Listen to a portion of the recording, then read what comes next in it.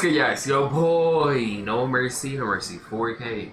Joey Mercy in the building, paying back at you. They're paying your reaction video today. We got Why You Never Poke Larry Bird, a trash talk story told by NBA legends. So, you guys asked me to check this out, and it sounds really interesting. I love watching Larry Bird and his game. He's been saying great to watch. He's another great legend with a shot, and apparently, you guys asked me to check this out. A trash talk story told by NBA legends. See what it is. Talk about the enjoys reaction. Hit the like button and subscribe to the channel if you already know that I post every single day. Daily videos like this for you guys here. Let me know your thoughts below in the comments. So I hope you enjoy. Let's get it. What's good, bro? If you want to see full and uncut reactions earlier than when I post them on here on YouTube, consider checking out the Patreon. Link is in the description. Supporting on Patreon helps me keep making banger videos for you guys, bruh. Why You Never Poke Larry Bird, a trash talk story told by the NBA legends. We love the Larry Bird trash talk stories, and this one is one of the greatest and funniest trash talking moments of all time. Now, a few months ago, I posted a Larry Bird video that did quite well on this channel, and it featured Dominique and the Atlanta Hawks. But this video is separate to that, and this trash talking moment happened a few years later.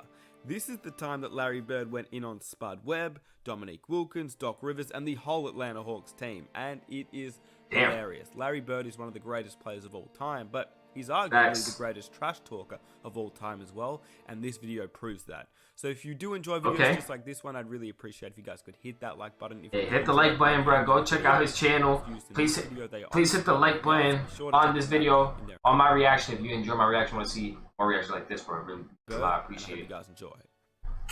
Alright, saying. W intro. Larry Bird's trash talk strikes again. You guys played the Celtics, Big Three, in the playoffs, '88. What were those matchups like? They're brutal. We were trying to go at each other's throat. It was unbelievable. I mean, Game 7. Game 7 of the 1988 Eastern Conference semifinals. For Dominique Wilkins and the Hawks, and Larry Bird and the Celtics. It was a time to test their championship resolve. Hawks versus the Celtics. For 3 quarters, the teams fought to a standstill. Appreciate that follow, Jackie. But it was only a prelude to what was to come. As the final quarter began, a grueling personal contest of can you top this was about to begin. Yay!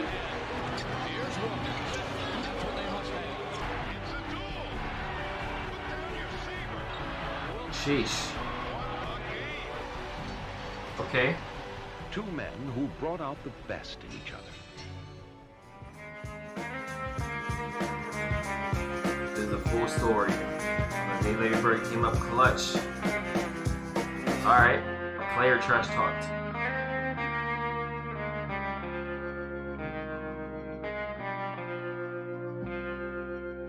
I can already tell this video. I can already tell this video is well put together by the maker. Well edited, well just.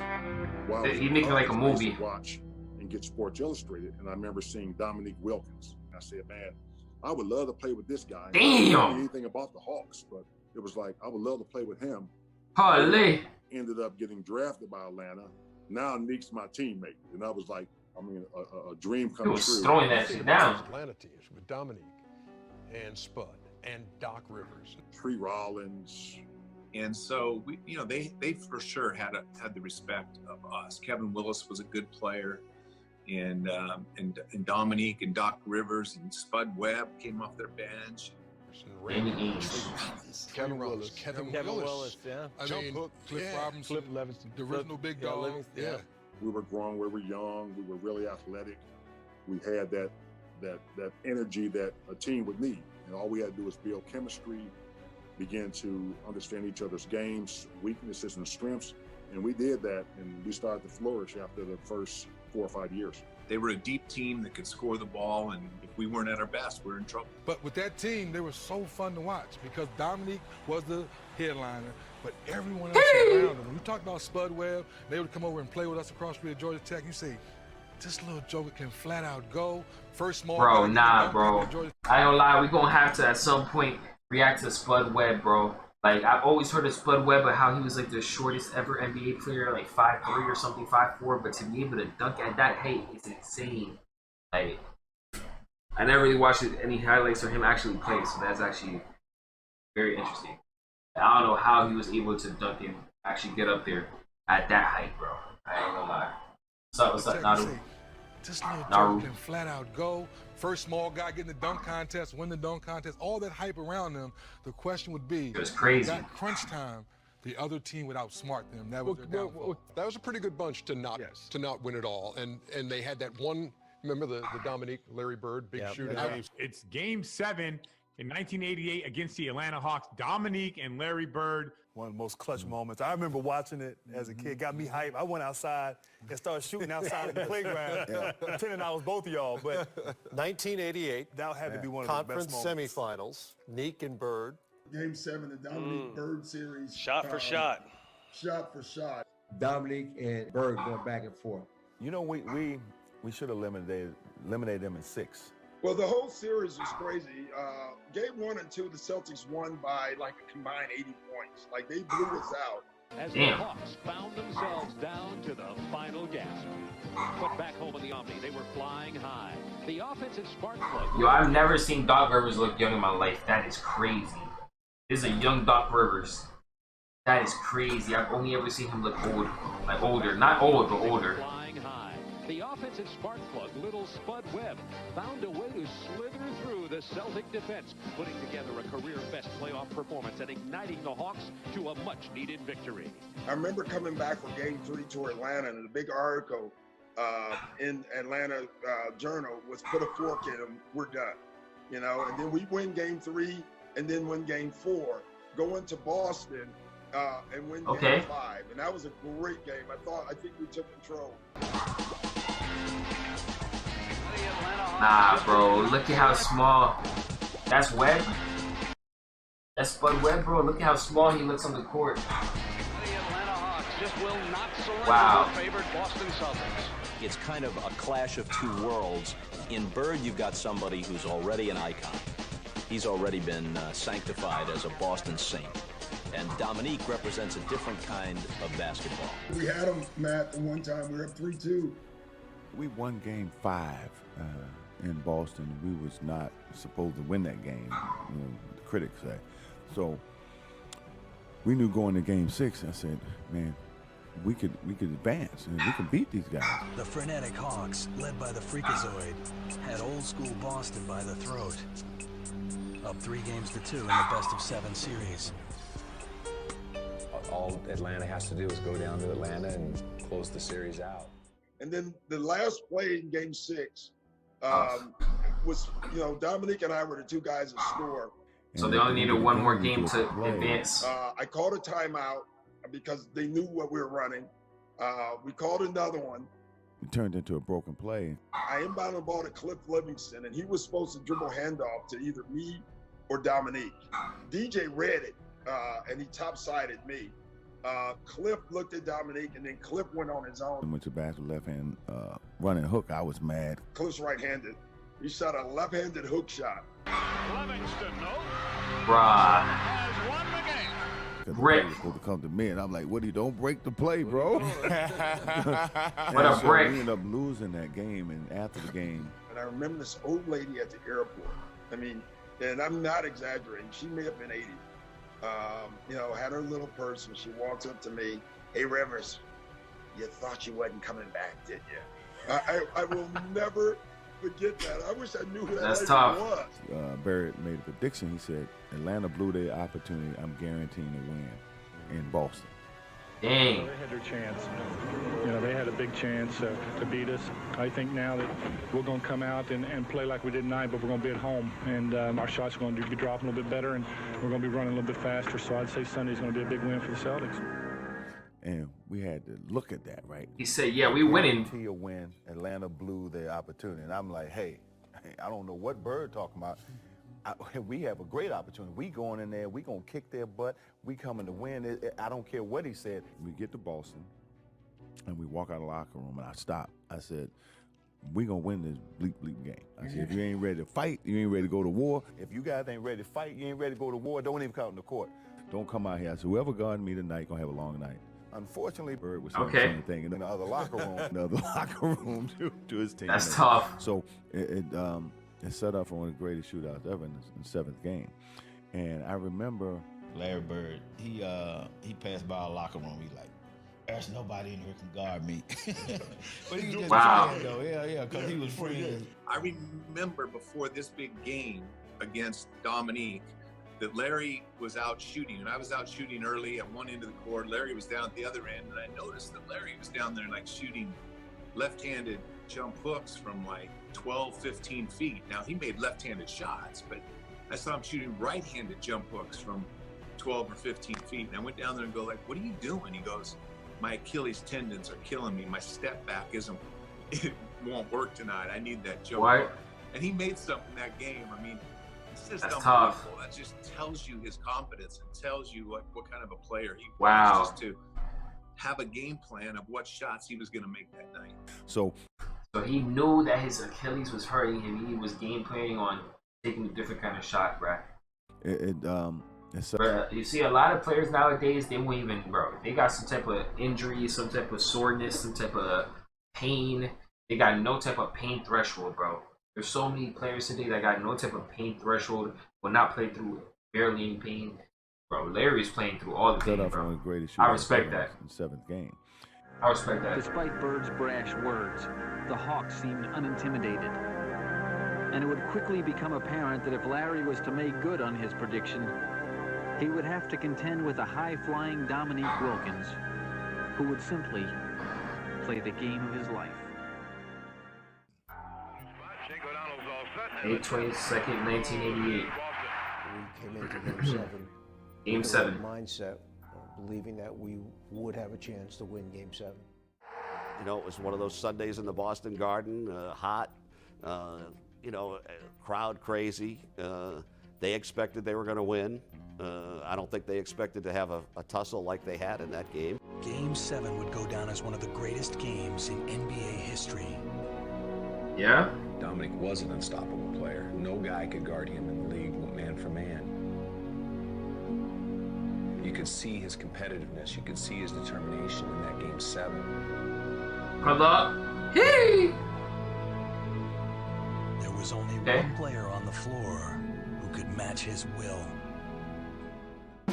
Larry Word. Larry Legend. Hey! Don't leave him open. 6 points. Don't leave him open. Don't leave him open. Parrish picks for Bird. Gets the roll. Simple. Shooting hand wide open. Bird with a very wow. angle gets it to fall. And I remember. Wow, he shot that super high up. In the 4th quarter. I remember coming down the floor, and I remember myself, Larry Bird, and Kevin Willis. I really believe this. The reason why Larry Bird got so hot in that game, in that 4th quarter, Kevin Willis and I and Bird was running down the court, and we were running down the court, and Kevin reached across me, put his hands, and puts his finger in Larry Bird's chest, said, don't let this so-and-so score anymore tonight. Kevin Willis came over and said, Nick, don't let him score tonight. And Bird standing around. Next time I'm looking at Kevin. What you doing? What are you doing? Bro, nah, bro, that's disrespectful, bro. That's just asking for it at that point. You're dumb. That Kevin Willis guy, bro, you sold. You're asking for it, bro. Bro, you at an all-time great, you do not poke the bear, bro. You know what I'm saying? We've just seen this with what is Brooks, Dylan Brooks, bro, just talking about LeBron, bro. That he goes and gets a game-time shot and a game-winning shot on LeBron in the playoffs. I mean, LeBron gets him on Brooks in the playoffs. You do not poke a bear. Don't poke a legend. All legends, they don't even gotta be the greatest, bro. Bird, LeBron, Michael, Kobe, Magic, bro.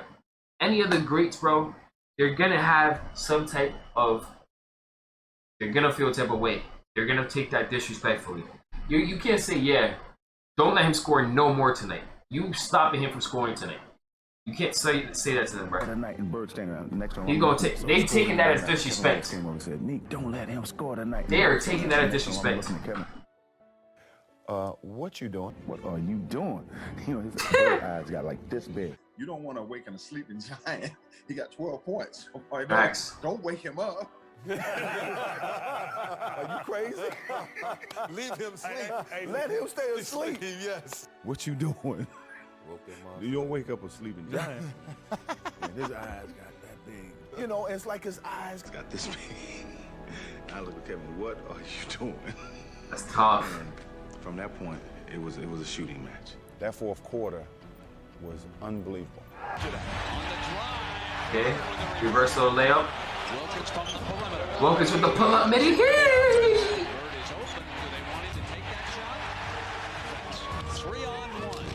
Larry was torturing him. Dominique was torturing me on when he had the ball. Sheesh. That fourth quarter, maybe the best fourth quarter as far as mano-mano of all time. Mano a mano. Just back and forth. Damn. Okay. I gotta come down there offensively. I gotta carry the load now. I gotta keep us going. And I remember sitting down before Nah, Bird was cooking. And I remember they took me out for a blow, and Kevin and Cliff Livingston came in the game, and he got hot. And I remember Coach said, all right, Nick, go in there and slow him down. I said, slow him down. He hot now. Forget that. That's the only thing I can do is try to match him bucket for bucket. That's what turned out one of the greatest fourth quarters ever. So we're playing, and the ball goes up. You know how you clear space, you get that rebound every day. You're not even worried about it. Because I push it, and I go up to get it, and all of a sudden, man, there's just a force all over my shoulder. He grabs it, he dunks it. You know those short shorts? They were right here. I tell you right now. Yo. I mean, he threw that thing down, and I was like, oh my, and Larry has the classic line. Larry goes, shoot, I better box that guy out, huh, Kev? I said, yeah, I suggest you put a body on him. That was one of the craziest things ever. I'd never seen a guy that high in my life. He just threw it down. Short shorts right here, huh, kid? Nah, bro. That putback was tough. Obviously. You had 47. He put that back crazy. Larry Bird had 34, but 20 of those. Wait, how much? You had 47 in that game. 47? Nah, Dominique was different. He had 47? Obviously. You had 47 in that Damn. game. Larry Bird had 34, but 20 of those. In that quarter. But like I said, I think he ended with 34 for the game. 20 in the fourth quarter is tough. I don't think it was so much edge they had. I just thought it was a player that they had, and that was Larry Bird. It's Bird's turn. Who basically put the team on his shoulders in that fourth quarter. The Celtics are ahead Damn. of the Atlanta Hawks. 84-82. Will return to the Garden. And make it easier for him to bring the ball up. Bird now cuts free. Nah, 20 in the fourth is tough. Tied at 88. Bro, Bird was different. I ain't gonna lie, Chad. His shot was too wet. Well, like water. Bird attempting to break free. Stays with it, and the foul is called. Bird attempting to break free. Stays with it, and the foul is called. Bro, that's one of them crazy, like, circus shots that you just, like, what the hell? Like, what can you do about that? Lead to Bird off the fake. Improves his position. Wilkins. Damn. Damn. Nah, yo, Wilkins was shooting that shit, though. You know, Dominique was pretty much the whole game. Larry, the fourth quarter, kind of then, you know, carried their team. That's what made him so great. Wilkins was cooking.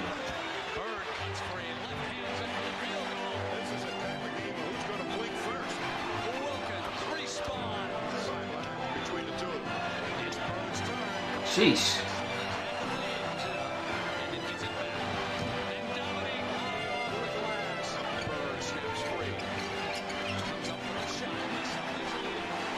Nah, bro, this is literally a back and forth. This is literally a 1v1 back and forth, bruh. Damn. They over here 1v1ing back and forth, shot for shot. Pull up for pull up.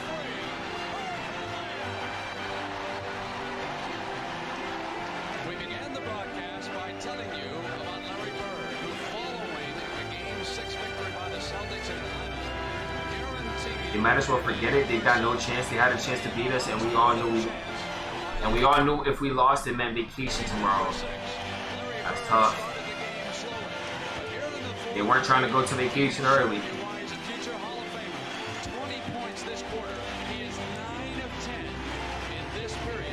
9 of 10.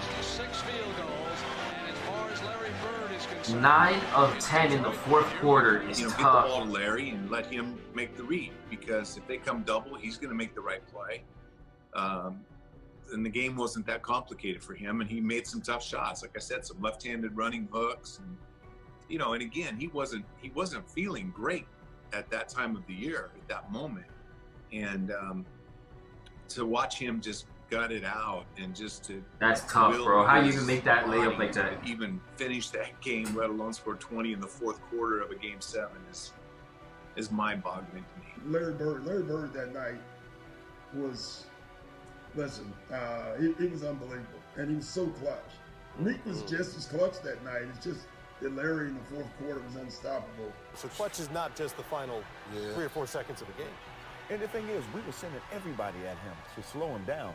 He was so hot that I think one of the shots he hit was a left-handed 3. That's when you know a guy is in the zone. Bird attempting to break free, stays with It's crazy, bro. Oh, nah, his whole just demeanor, bro. Like, he hit that crazy layup right there. One of the shots he hit was a... He hit that crazy, like, falling down crazy layup. His demeanor, bro. His face just says it all, bro. He's like, I'm him. Of course I made that. I'm him.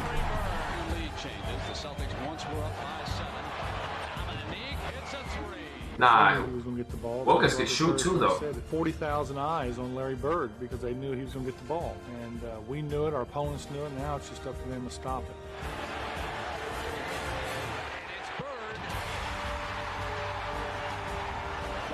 It's different. Man, he was doing a little bit of everything. I don't know really what he was doing in that fourth quarter, but the stuff that he was doing, it was unbelievable, man. I mean, he was throwing left-hand shots, running hooks. His game was at another level. We was trying to match each other's will. 20 of his 34 in the fourth quarter. Dominique had... Yeah, Larry Bird hit more clutch shots, in pressure situations than any player. I told you about each and every one, right? You talked about Larry Bird saying someone's got to lose this game. When did he say that to you? Early in the fourth or late in the fourth? No, it was late in the fourth quarter. It was probably like, I don't know, 30, 40 seconds to go in the game. I think it was a timeout, or we were taking the ball out of the bounds. I can't remember what it was, but I remember him saying that, and he said, we both deserve to win, but somebody got to go home. And, man, to his credit, man, he took the Celtics and put them on his back. Respect, bro. You gotta respect. I respect it. Never seen Wilkins play before this. Gotta respect Wilkins being like a W sportsmanship here, and you gotta respect Larry, bro. He said, He said apparently Wilkins dropped 47. Larry dropped 34, but 20 in the fourth quarter. Like, they're both toughing it out. They're both throwing the haymakers. They're throwing the punches, slugging it out. And, you know what I'm saying? May the best man win. Sadly, like, one of you, like they said, one got to go home. Man, to his credit, man, he took the Celtics and put them on his back. And he would call the spot. Yeah. But he never called a spot against me. That's got the best respect. When I tell people Larry Bird talk trash. Yes, and let you know. Every time. But it ain't the trash. It wasn't the trash word, it was the meaning. It was like, I'm going to shoot left-handed this time. Right. Or why you put a white boy guard. You got a white guy. Pretty much that was it. I mean, that was one of the greatest performances I've seen from a guy in those circumstances. Because you're talking about 7th game in the playoffs. To carry his team the way he did in that fourth quarter. When you talk about the clutch shots, he hit 10 clutch shots. I was going to say that game. It was crazy too, because it's rare in a game you feel it. Like, you guys have been in games where after the games, people say, man, that was the most amazing game, but you were in it. And you're like, I didn't feel that. I knew it was a good game. Right. That was one of the few games I was saying, this was a hell of a game right now. It was a hell of a game. Absolutely. Yeah. He's like poetry in motion. I mean, he knew how to play the game before you even got to him. And it was a shootout in the fourth quarter. It came down to the last shot. One left to ponder what might have been. The other to lead his team onward. That's tough. And let me know what you thought about this video down below in the comment That's section. tough, Be sure bro. to Bro was just like that, man. You know what I'm saying? Bro was different. That was insane, bro. Not gonna lie, bro. That's a W story. Like, bro, that's just tenacity and just perseverance and willpower. To not saying, just not want to let up, refuse. That's just tenacity, willpower, refusal to quit, refusal to lose. Like, they both slugging it out, shot for shot, matching each other. But you know what I'm saying? Just overpowered them with the clutch shots after clutch shots. Apparently went 9 for 10 in the fourth.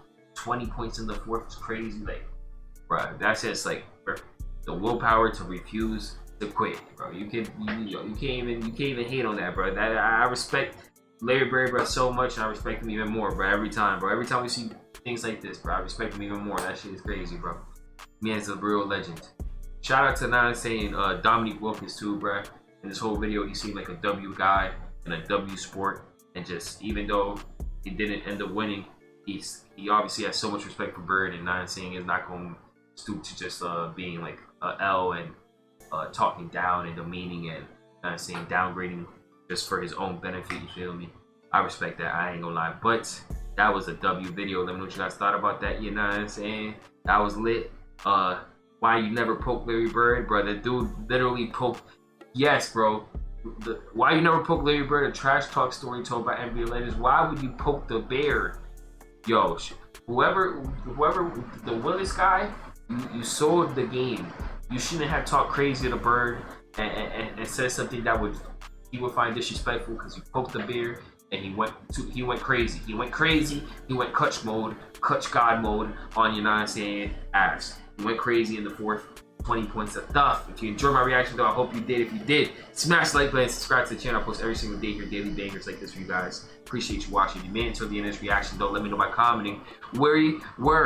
W Larry Bird in the chat. W Larry Bird in the comments. You made it to the end. So I'm gonna see you guys in the next one. Have a great day. I don't know.